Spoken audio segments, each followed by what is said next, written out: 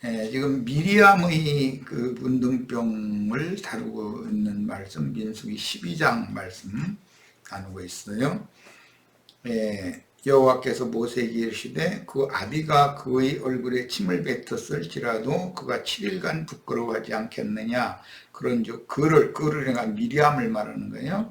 진 밖에 7일을 가두고 그 후에 들어오게 할지니라 하시니. 그래서 이건 신명기 25장 9절을 읽어보면 이 상세한 내용을 쉽게 이해할 수 있는 성경이 나와 있어요. 이에 미리암이 진 밖에 7일 동안 갇혔고 백성은 그를 다시 들어오게 하기까지 진행치 아니하다가 그 후에 백성이 하세롯에서 진행하여 바란 광야에 진을 치니라. 이렇게 되어 있습니다. 혈연적인 윗사람이라고 영적인 인도 직분을 앞장서서 거역했던 미리암이라는 이름의 뜻이 반역, 거역이라는 뜻이다라는 거 말씀드렸어요. 7일을 진영 밖에 격리히 수용했던 것은 하나님이 정한 질서에 거역하는 누구든지 하나님과 온 백성 앞에 수치를 당하며 자숙의 기간을 갖게 한다는 뜻입니다.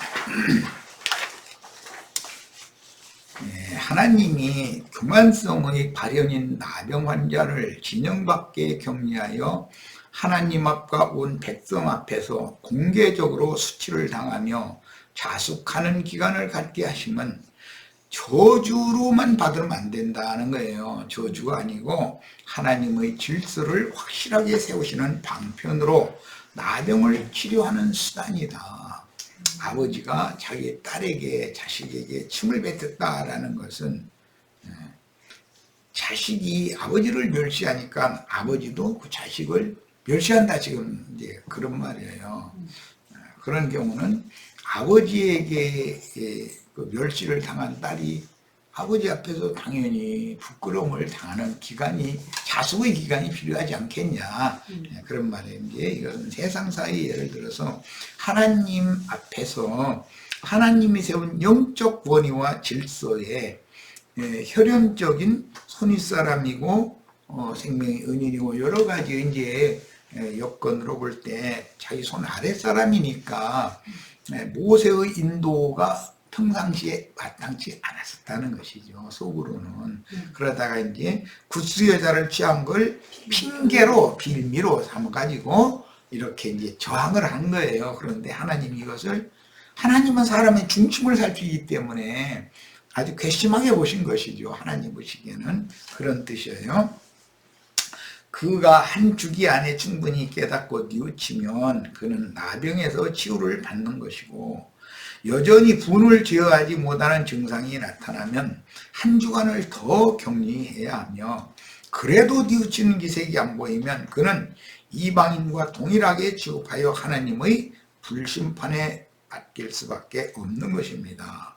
그러니까 하나님은 한번 자숙의 기간을 주시고, 그래도 또 살펴봐서 아직도 덜 됐다 싶으면 자숙의 기간을 또 한 번 주셔요. 그러나 세 번째는 이제는 2번 용서의 그 회개의 기회를 주시고, 그래도 듣지 않고 끝까지 빡빡 우기면 이 사람은 돌이킬 수 없는 사람이라고 판단하신다는 것이죠.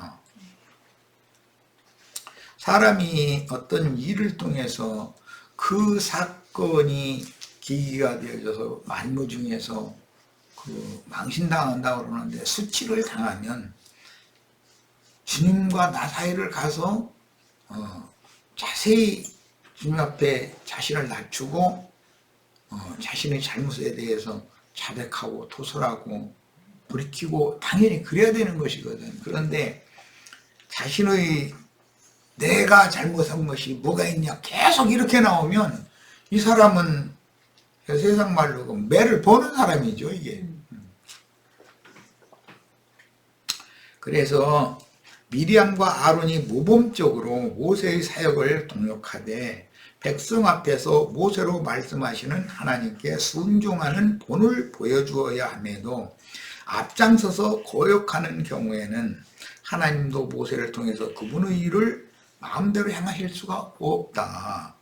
하나님은 모세를 통해서 이스라엘 백성들을 구출하고 인도하는 일을 섬기고자 하는데 아론과 미리암이 나라고 못하겠느냐 이런 생각을 가지고 있어서는 하나님의 택함이라는 것이 이제 이것은 이제 신약에서 하나님께서 그 종을 택하실 때는 모태에서 이미 택정했다 이렇게 돼 있는 거예요.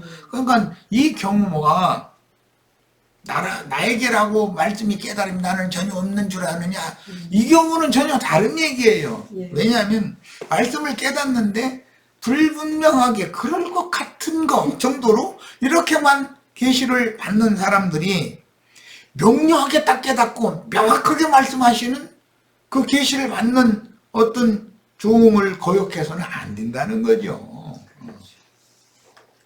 모세는 예루살렘 왕 솔로몬이 사랑한 술람미를 상징하는 구스 여자를 취함으로 선민사상이 깊은 미리암의 비방거리를 제공하였으나 이것은 훗날 이제 다윗이 비방거리를 제공을 했죠.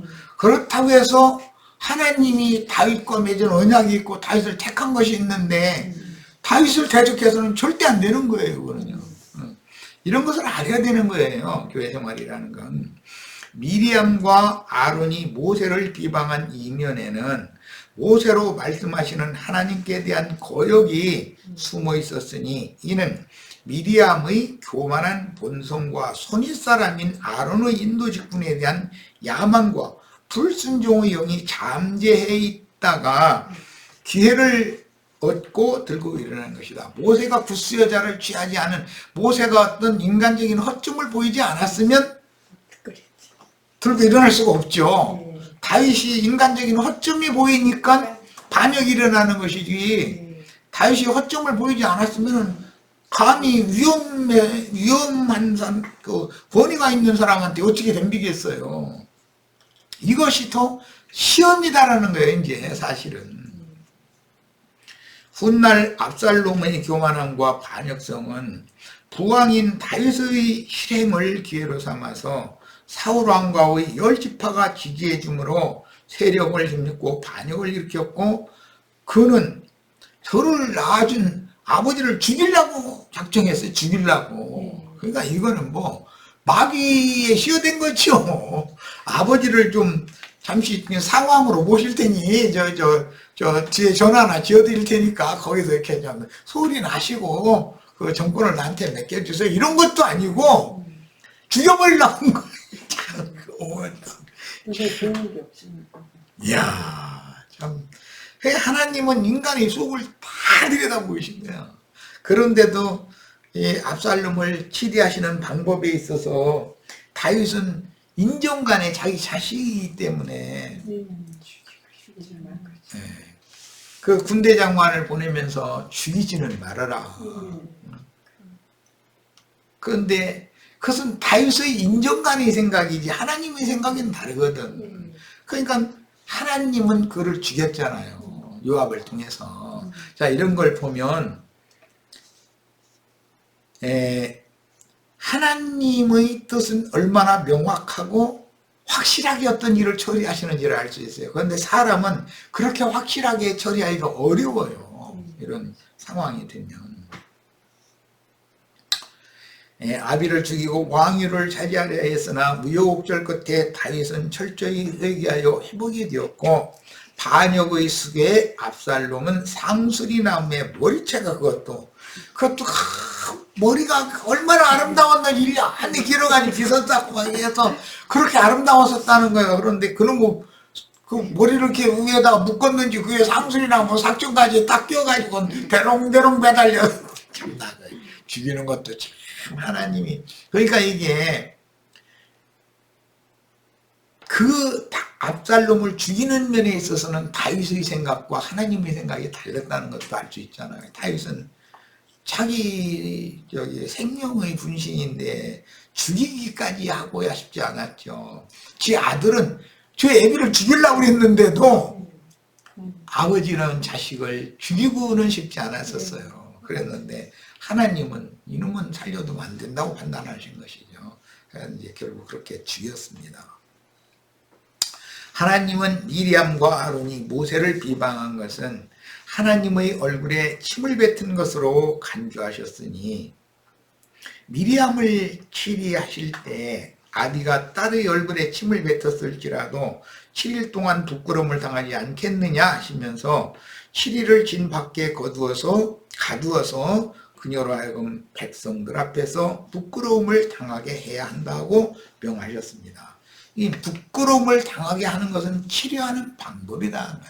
하나님께서 그가 자숙의 기간을 가지고 돌이키게 하려는 것이다 하는 것이죠. 이것은 하나님은 그런 형벌, 진노 중에도 여전히 은혜를 베풀고 긍휼을 베푸는 하나님이다라는 걸 우리가 이런 말씀을 통해서 얼마든지 알 수 있어요. 교만의 본성이 발작을 일으켜 거역으로 드러나면 그에게 말한 문둥병을 치유하기 위해서 최소 7일 동안 그 아비에게 침뱉음을 당한 여자와 같이 고개를 들 수 없는 수치를 공개적으로 당해야만 문둥병이 치유된다는 것은, 이것은 공개적으로 수치를 당해야 치유가 되지 그냥 은근히 감춰진 쪽으로 수치만 당하고 말면 이 치료가 안 돼. 이게 도져버려. 그러니까 이제 하나님이 참. 그런데 예수님이 유대교 지도자들의 얼굴에 침뱉어야 되는데 유대교인들이 예수님 죽이려고 얼굴에 침뱉고 뺨치고 그랬다는 거잖아요. 그런 게 이게 인간들이라는 게 하늘을 두려울 줄 모른다는 거죠. 하나님에게 인간이 침을 뱉는 경우 뭔 말인지 아시겠죠?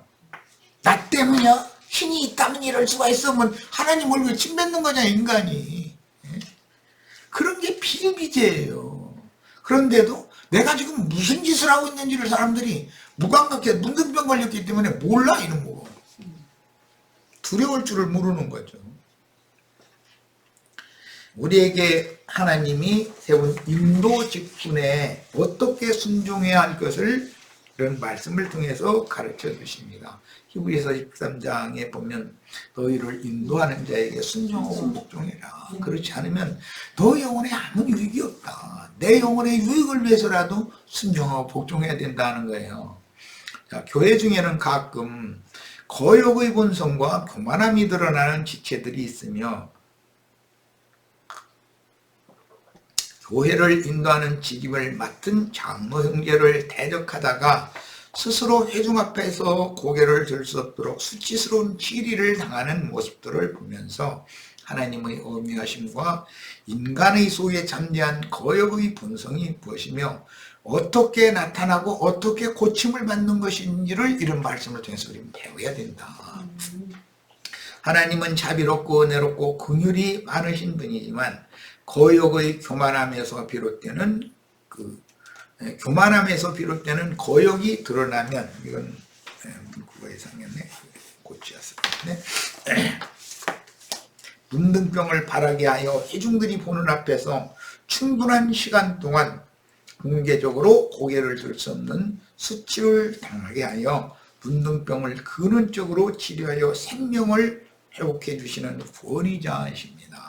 이런 것은 교회 생활에서나 인간 생활에서 우리가 늘상 경험을 하는 문제예요. 그런데도 사람들이 무감각하니까 모르는 거예요. 그냥 넘어가려고 그러는 거예요. 이런 일이 있으면 서로 은혜를 힘입어서 치료도 받고 치료도 또 해주고 이렇게 해야 교회가 정상적으로 돌아가는 거죠.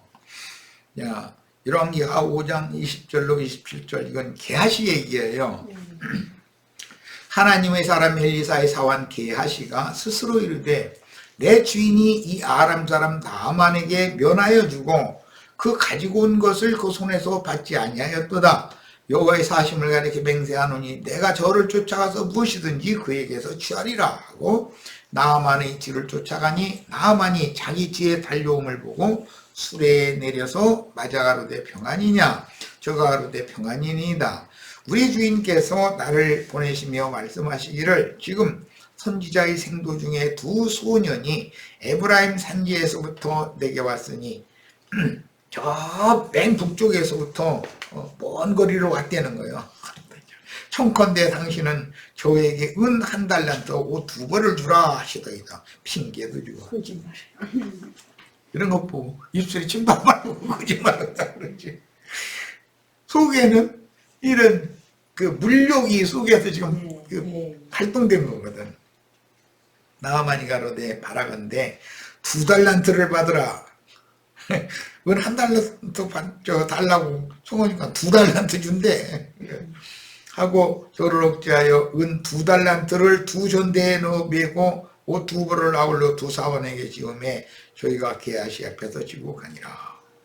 언덕에 이르러는 게하시가 그 물건을 2사원의 손에서 취하여 집에 감추고 저희를 보내며 가게 한 후에 들어가서 그 주인 앞에 서니 엘리사가 이르되 게하시야 네가 어디서 오느냐? 대답하되 종이 아무데도 가지 아니하였나이다. 꼭 가인이 하나님 앞에서 신문 받을 때 하는 거 그거 똑같은 반복되고 있어. 엘리사가 이르되 그 사람이 수레에서 내려 너를 맞이할 때 내 심령에 감각되지 아니하였느냐. 영감으로는 다 봤다. 어찌 은을 받으며 지금이 어찌 은을 받으며 옷을 받으며 감남원이나 포도원이나 양이나 소나 남종이나 여종을 받을 때냐. 그러므로 나만의 문둥병이 네게 들어 네 자손에게 미쳐.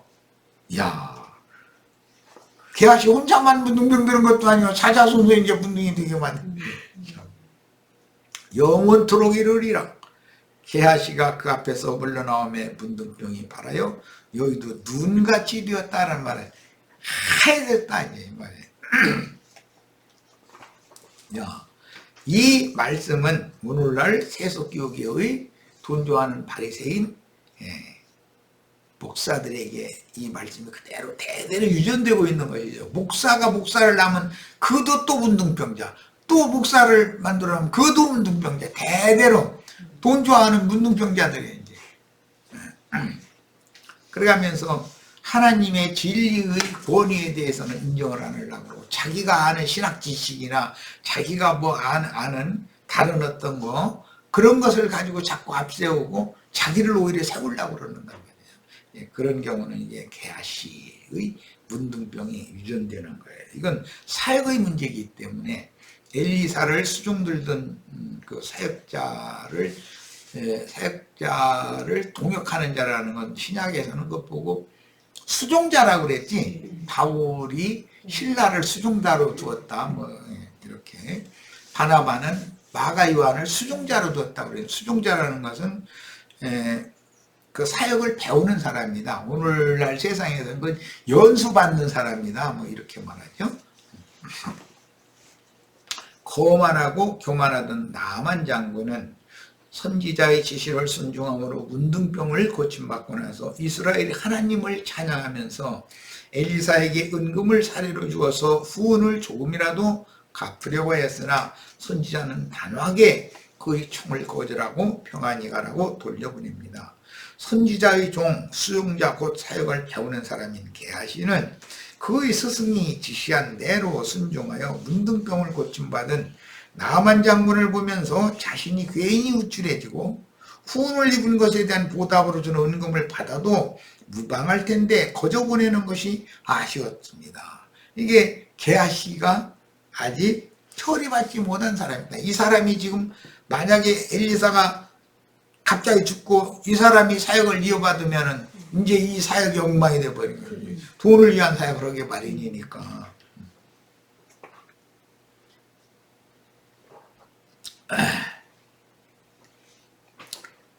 결국 그는 시험을 이기지 못하고 뒤로 가서 나만 장군에게 은과 의복으로 보답을 받아. 은도 1달란트만 달라고 그랬는데 나만 장군은 태어 2달란트 가지고 가라고 줬다는 거예요. 그러니까 속으로는 굉장히 물을 감서 돌아왔겠지. 우리 스승이 지금 집에서 낮잠 주무시니까 모르겠지 이러는 거예요. 뭐 낮잠 잔다는 말은 없었지만 어쨌든 자기 스승의 눈을 피할 수 있을 거라고 생각했는데 그게 오산이었다는 거죠. 엘리사는 그의 은밀한 행동을 다 꿰뚫어보고 책망하면서 하나님이 아론과 미리암의 속을 그 중심을 다 꿰뚫어본 것처럼 하나님의 사람 이 엘리사는 게하시의 속셈을 다 들여다보고 있는 거예요. 이게 속을 이렇게 들키고 나면 부끄러움 당하는 것이죠.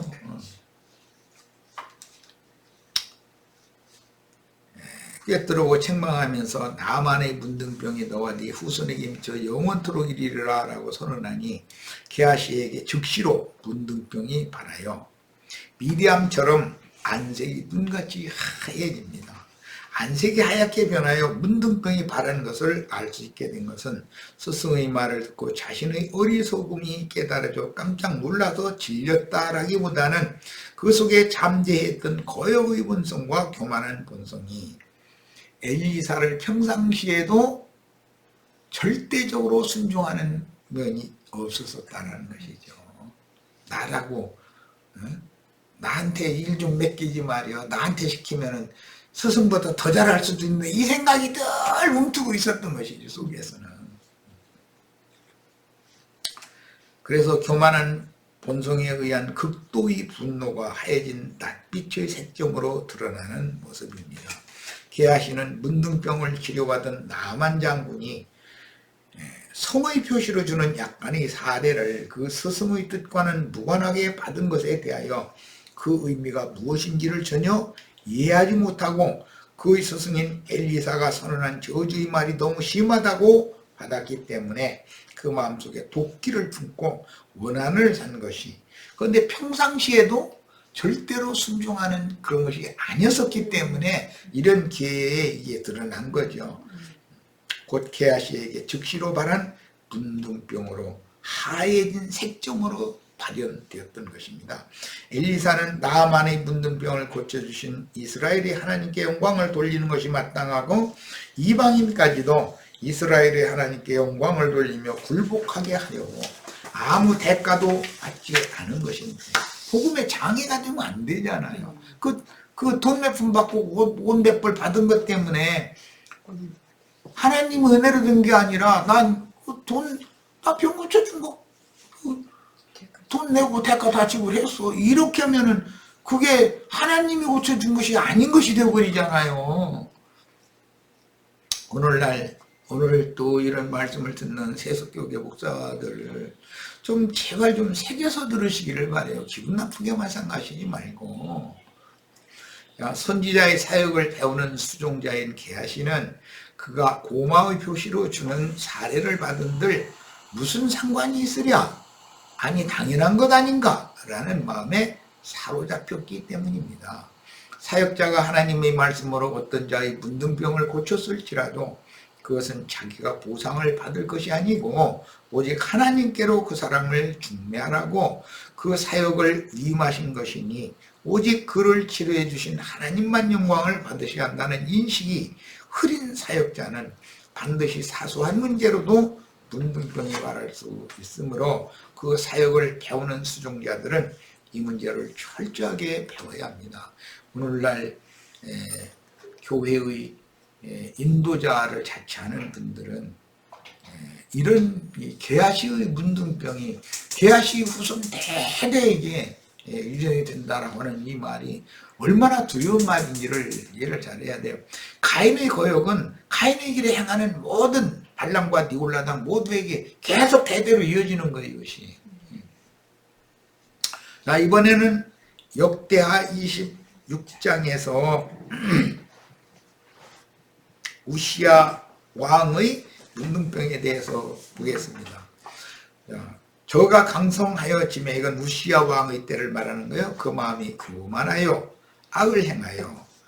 뭔가 하나님이 잘 해주면은 사람이 교만해져. 야, 나 이거 정말.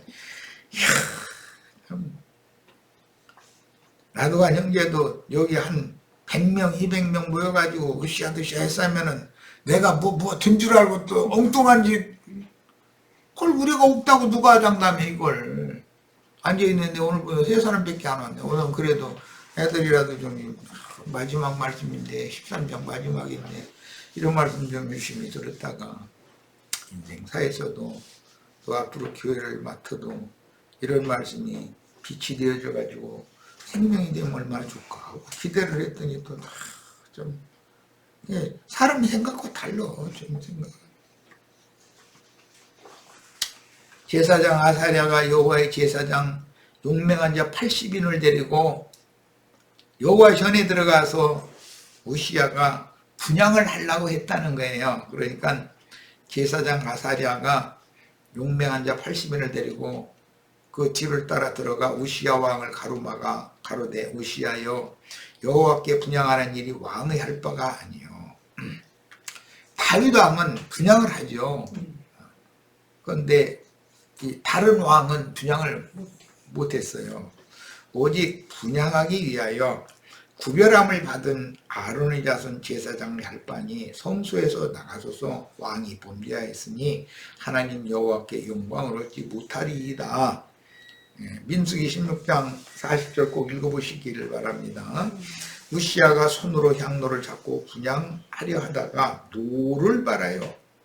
그러니까 열왕기상 13장 1절에서 10절 보면 그 여로보암이 제단에 지가 올라가도 분향하는데 예루살렘에서 온 그 선지자가 예언을 했는데 예언대로 되었죠. 그래가지고 막 그러니까 분나가지고서 막 저놈 잡아라 하고 저 팔을 내밀면 팔이 뭐가 됐다고 말은 한편 손말은 그런 증상인 것 같다 이제 그랬는데 참 하나님 하시는 일이나 그 말씀을 깨닫고 나면 참 두렵죠. 우시야가 손으로 향로를 잡고 분향하려 하다가 노를 바라니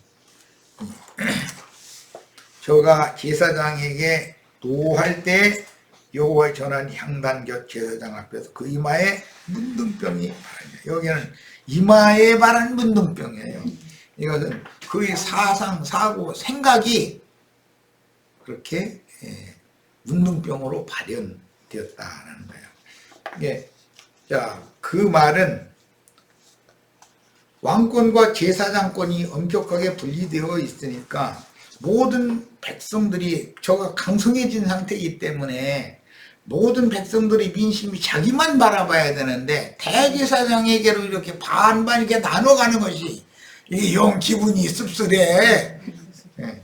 이제 제사장권도 지가 다 해버리고 그냥 하고 싶은 거예요.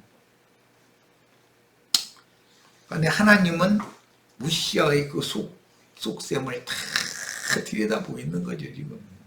인간됨을. 대제사장 아사랴와 모든 제사장의 왕의 이마에 문둥병이 발하였음을 보고 전에서 급히 쫓아내고 여호와께서 치심으로 왕도 속히 나가니라.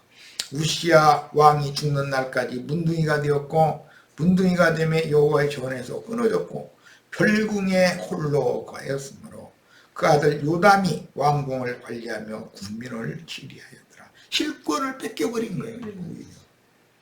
욕심을 과하게 냈는데 모든 백성이 자기만 바라보기를 바랐는데 아이 자기가 나라를 잘 다스려가지고 나라가 강성해졌는데 그럼 백성들이 아 우리 왕 만세 우리 왕 만세 이래야 되는데 하나님을 섬기러 나가면 대제사장한테 굴복을 하니까 아이 이거 저 권세를 세상 정치 권세만 가질 게 아니라 영적 권세도 내가 다 그냥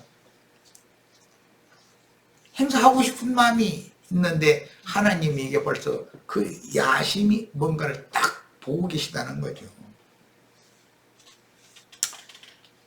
이 외에 우시야의 시종 행적은 아모스의 아들 선지자 이사야가 기록하였더라. 우시야가 그 열조와 함께 잠에 저는 문둥이라 하여 여로함의 묘실에 직접 들어간 건 아니고 가까운 묘실에 접한 땅 곧 그 열조의 곁에 장사했더라. 이야 참 사후세계에서도 왕권 행사하지 못하고 그냥 왕은 왕, 명분은 왕인데 명색은 왕인데 실제는 왕권이 없다라는 말이죠. 그 아들 요담이 대신하여 왕이 됩니다. 우시야는 이제 아사랴라고 그러죠. 왕은 성군이었고 하나님께 순종함으로 그 나라에는 하나님의 축복이 임하였으며 강성해졌는데 나라가 강성해지자 우시야의 속에 내재한 거역의 본성에 따른 교만이 싹트서 드디어 제사장 직분인 분향하는 일을 자신이 하려고 했습니다. 이 말은 왕과 나라를 위하여 하나님께 항상 기도하던 제사장을 무시하고 제사장을 동역자로 여겨서 함께 나라를 합당히 이끌기를 거부하면서 독단적으로 무엇이든 다 할 수 있다고 자긍하게 이르렀다는 것이에요. 힘이 생기면 사람이 이렇게 변질되는 것이죠. 이전까지는 제사장이 왕과 나라를 위해서 하나님께 나아가 기도해 주는 것이 고마웠지만 나라가 강성해지고 난 후 그에게 교만성이 발작한 후로는 백성들이 제사장을 자기보다 더 존경함으로 영적 지도자잖아요. 정신적 지도자잖아요. 이 사람은. 그렇죠. 대제사장은. 그래서 대제사장을 자기보다 더 존경하는 것으로 여겨지면서 제사장이 백성의 인심을 자기에게 올리는 문제로 경쟁의 대상으로 여겨버리게 됐다. 왕은 왕의 직분이 있고 고리가 있고 제사장은 제사장의 직분이 있고 고리가 있는 것이지 그 꼴을 못 봐. 정말 참 사람이 변질되는 것을 보여주는 본문 말씀에서 우리는 많은 메시지를 하나님께 듣습니다.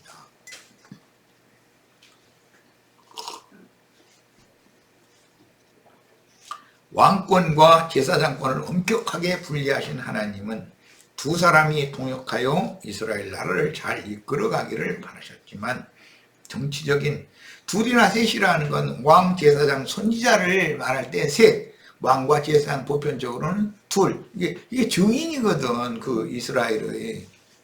그런데 독단적으로 뭘 하고자 하는 야심이 생겼다는 거예요. 참. 그래서 정치적인 힘을 가진 왕은 백성들의 정신적인 지도자인 제사장을 경계의 대상으로 삼으니 하나님은 더 이상 변질된 우시야 왕을 가만둘 수가 없었던 것입니다. 하나님께서 그분의 공의대로 제사장을 통해서 우시야를 책망하자 우시야는 순종하는 것이 아니라 도리어 분을 품고 하나님을 대적하니 이마에 문둥병이 발하였고 그는 즉시로 성전에서 쫓겨났을 뿐 아니라 끝내 돌이켜 회개하지 않고 분을 계속 이 분을 처리를 못하는 거야. 그러니까 일생 동안을 문둥이로 별궁에서 지내다가 죽어서도 왕의 묘실에 들어가지 못하고 왕의 묘실에 적반 땅에다가 장사가 됐다. 사후세계에서도 이것은 왕의 명분은 있지만 왕의 권리를 행사할 수 없다는 걸 보여준다. 이 생에서 교회 생활을 통해서 하나님의 공의로운 통치에 순종하는 법을 배워 문둥병을 치료받지 못하면 이 생 너머에까지 저주를 지고 가서 윗입술을 가리고 나는 부정하다 나는 부정하다 영원히 자백해야 하는 무섭고 두려운 병이 바로 문둥병입니다. 세상 나라에서도 삼권을 엄격하게 분리시켜서 한 직분자에게 모든 권력을 모아주지 않는 것은 나라를 좌로나 우로나 치우치지 않고 균형 있게 이끌어가게 하기 위한 것입니다. 삼권이 분리되어 있죠. 정부와 의회와 사법권 이게 분리되어 있는 거예요. 이제 이 현대 나라는 국가 체제가 그렇죠. 그러나 군부의 힘을 가진 자가 일어나 정권을 잡으면 국민이 뽑은 의회를 해산해 버리는 경우가 생기죠. 그것은 의회를 해산한다는 것은 의회를 해산하면 의회는 또 대통령을 불신임할 권한이 의회에 주어져 있죠. 그것을 최후로 그러면 어디에서 판결할 거냐? 사법부에서 이것을 대통령, 정부가 잘못이다, 의회가 잘못이다 라는 것을 판결을 해줘야 된다면 이렇게 명확하게 모든 권리가 분리가 돼 있단 말이야. 자, 그러나 군부의 힘을 가진 자가 일어나 정권을 잡으면 국민이 뽑은 의회를 해산해버리고 오직 자기의 주장을 일방적으로 박수로 받드는 자들, 그 김일성이 그 나라는 보면 다 모여가지고 박수 쳐서 해결해버리더만. 그 뭐 엊그제 뭐 무슨 여기 자기 아들한테 상속해주는 그거 하는데도 박수로 그 교인들 박수로 가결됐습니다 땅땅땅 이래버리더만. 또 이거 완전히 김일성 나라에서는 하는 짓거리요. 그거는 그런 허수아비 의회를 새로 구성해 가지고 사법권마저도 묵살하고 자기 말 잘 들은 들을 수 있는 대법관이나 판사를 임명해 버린다 이거예요. 그러면 자기 그 밥 줄이고 자기 명예인데 대법관, 헌법재판소, 재판관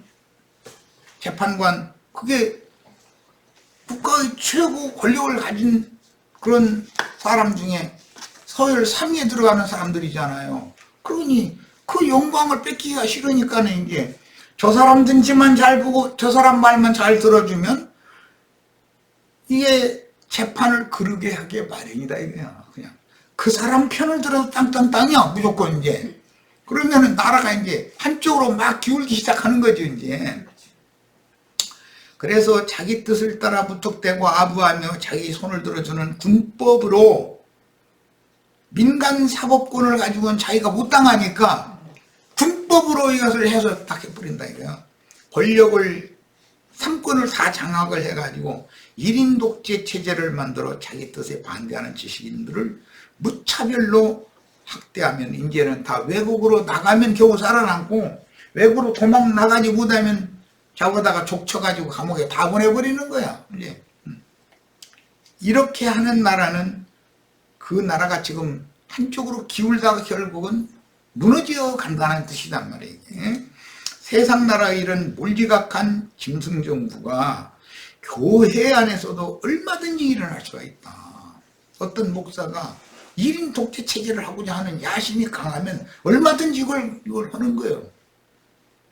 매사에 하나님의 뜻을 묻지 않고 자기 뜻대로 함부로 행함으로 교회의 질서를 어지럽히고 교회의 인도직분에 대적하려고 일어나는 어리석은 일들이 가끔 있습니다. 오늘날도 보면 특히 그 많은 재산 자기 아들한테 물려주려고 그거 저 교회 그거 뭐라고 그러지? 아들한테 그 뭐 세습 세습 시킨다고 그러더만. 아니 무슨 자기 회사 같으면 세습해도 상관없어. 자기가 돈 벌어서 홍보되고. 그런데 무슨 교회를 세습을 해? 그 말이 돼요? 하나님은 그런 교회에는 절대로 축복을 무시하지 않습니다. 인도자는 인도 직분을 수행할 때 자기의 위에 그리스도가 계셔서 모든 사람들을 그분의 뜻을 이루기 위하여 행하신다는 인식이 분명해야 한다. 어떤 일이 벌어지면 하나님은 나를 도와주느라고 그러는 것이 아닙니다. 하나님의 선하시고 기쁘신 뜻을 이루기 위하여 나를 그렇게 그때는 쓰시는 것이고 어떤 주체로 그때는 그렇게 쓰시는 거예요. 이건 모두 하나님의 영광을 위한 것이지 인간을 위한 것이 아니에요. 수종자들은 인도 직분에 순종함으로 하나님의 축복을 받아 교회가 흥황하고 사람을 이끌어 자기를 바라보게 하려는 야망이 얼마나 무서운 범죄인지를 철저하게 배워야 합니다. 하나님의 축복을 받은 교회는 흥황해야 해요. 오히려. 그런데 흥황할 수가 없는 것은 세상 교계가 오히려 박해를 하니까 흥황을 하기가 어렵죠. 그래도 우리는 소망을 하나님께 두기 때문에 하나님께서는 당신의 간증을 정결하고 순결하게 모든 부정과 불결을 정화시켜서 정결한 처녀와 같은 교회로 보존해서 하나님이 그 교회를 신부로 취한다라는 것이잖아요. 이게 우리 소망입니다. 우리를 문둥병에서 치료하여 주시기를 바라며 오직 우리에게서 문둥병이 다시는 바라지 않고 남의 문둥병을 고쳐달라고 기도할 수 있도록 모세와 같이 온유함이 온 땅의 모든 사람보다 승하게 해주시기를 소원하며 그리스도께로 말미암는 온유한 마음을 내게도 부어주셔서 가득히 담게 해주시기를 기도합니다. 자, 레위기 13장 아주 길고 긴 여정 하에서 오늘 이제 마쳤습니다. 이제 다음 화요일부터는 24장으로 말씀을 이어가겠습니다. 자, 오늘 집회 모두 마칩니다. 오늘 집회 영상은 네이버 카페에 올렸으니까 네이버 카페 접속해서 다 들으시기 바랍니다. 유튜브에도 올렸어요.